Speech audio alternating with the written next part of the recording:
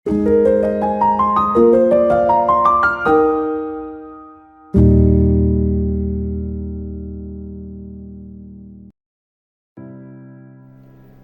Bapak Ibu Saudara yang dikasihi Tuhan Yesus Kristus. Apa kabar Anda hari ini? Dimanapun Anda berada, saya berharap Anda selalu dalam keadaan yang baik. Dan sangat senang saya kembali bisa menyapa Anda melalui program Sapaan Gembala GKI Manyar. Saudara dikasihi Tuhan, pernahkah Anda melihat seekor ulat yang berubah menjadi kupu-kupu? Sebelum berubah, ulat itu hanya merayap dan dia hanya memakan dedaunan. Tetapi setelah melewati proses metamorfosis, ia menjadi makhluk yang indah. Dia bebas terbang dan bahkan dia membawa keindahan bagi dunia di sekitarnya. Saudaraku, transformasi ulat ini mengingatkan kita pada panggilan Tuhan untuk meninggalkan hidup lama dan mengenakan hidup yang selalu baru di dalam Kristus.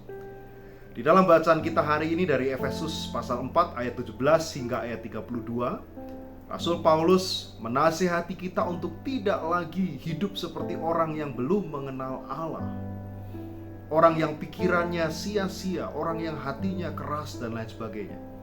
Tetapi sebaliknya, kita dipanggil untuk hidup dalam kebenaran, hidup dalam kekudusan, dan hidup di dalam kasih.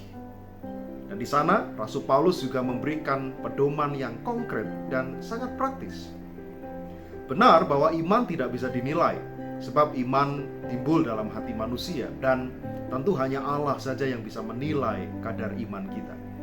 Tetapi saudaraku, manifestasi iman yang nampak dalam karakter manusia baru itu tentu bisa dilihat dan diukur. Seperti yang dikatakan Rasul Paulus, manusia baru adalah manusia yang berkata jujur. Dialah orang yang mampu mengendalikan amarahnya. Dialah orang yang mampu bekerja dengan kejujuran. Dialah orang yang mampu membangun sesama melalui perkataan yang baik, perkataan yang konstruktif, perkataan yang positif. Dia juga menasihati kita untuk dikatakan menjauhi segala kepahitan, dendam, fitnah, dan menggantinya dengan kelembutan, kemurahan hati, serta pengampunan, sebagaimana Kristus sudah lebih dulu mengampuni kita. Maka saudaraku, seperti ulat yang berubah menjadi kupu-kupu, perubahan hidup manusia pun membutuhkan sebuah proses.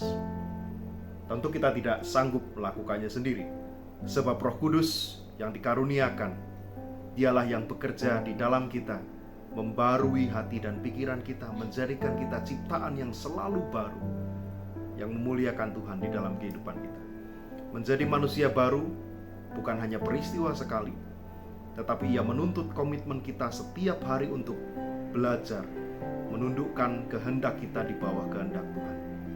Maka saudaraku, marilah kita bersama-sama merenungkan, kira-kira dalam aspek apa saja hidup kita perlu terus-menerus dibarui setiap hari. Mari kita memohon supaya Tuhan di dalam roh-Nya yang terus membentuk kita sehingga kita dapat melaksanakan tugas panggilan, menggenapi, melakukan, menyatakan identitas kita sebagai terang dan garam bagi dunia ini. Selamat merenungkannya. Tuhan memberkati. Salam.